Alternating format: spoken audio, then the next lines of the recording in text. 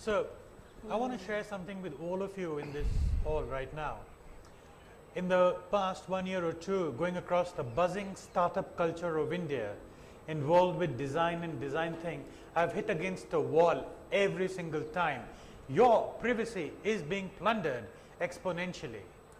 Every time you download an app, switch on your mobile, go to WhatsApp, it's incredible what's happening to you.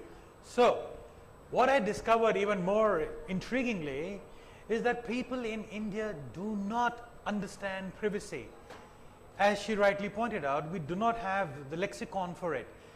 The nearest word we have in India for privacy is parda. So I discovered the only time people in this room would understand privacy is if you live in a joint Indian family. At that time, you all have your issues. Don't say this to Bhabhi ji, and don't say this to Chacha ji, and so on, right? So, here's a very interesting test. How many of you have WhatsApp installed?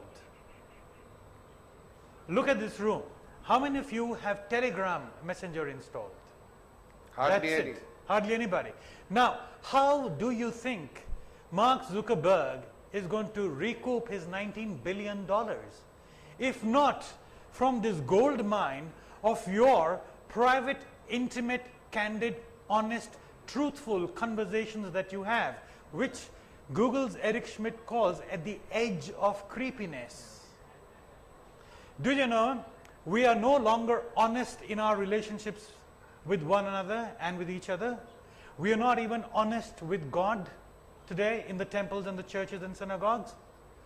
But the only place left in the world for you to be brutally honest today is in the search engine of Google. You ask anything and seek anything that you want from there. But did you know Google is watching you as well? Do you realize what gives birth to privacy?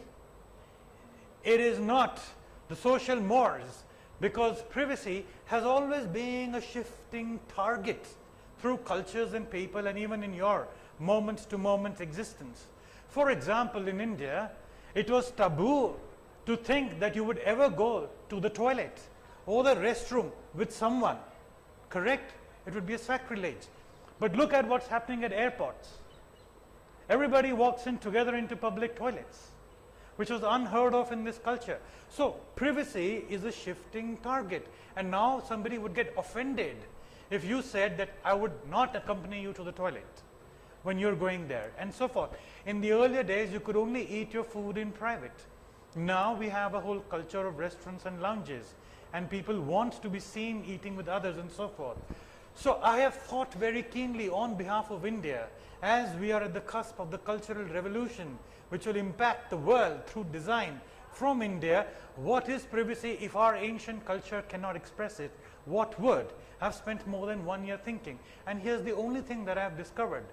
Privacy is born with the birth of private thoughts in you at whatever age that happens.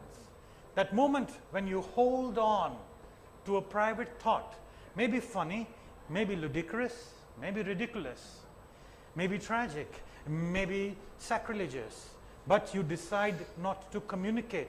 You have given birth to what I call your individual privacy.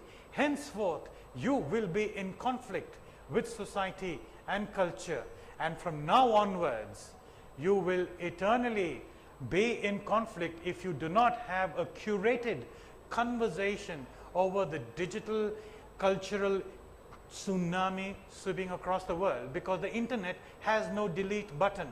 Try to erase your past. It's not going to happen. Yeah. There you go.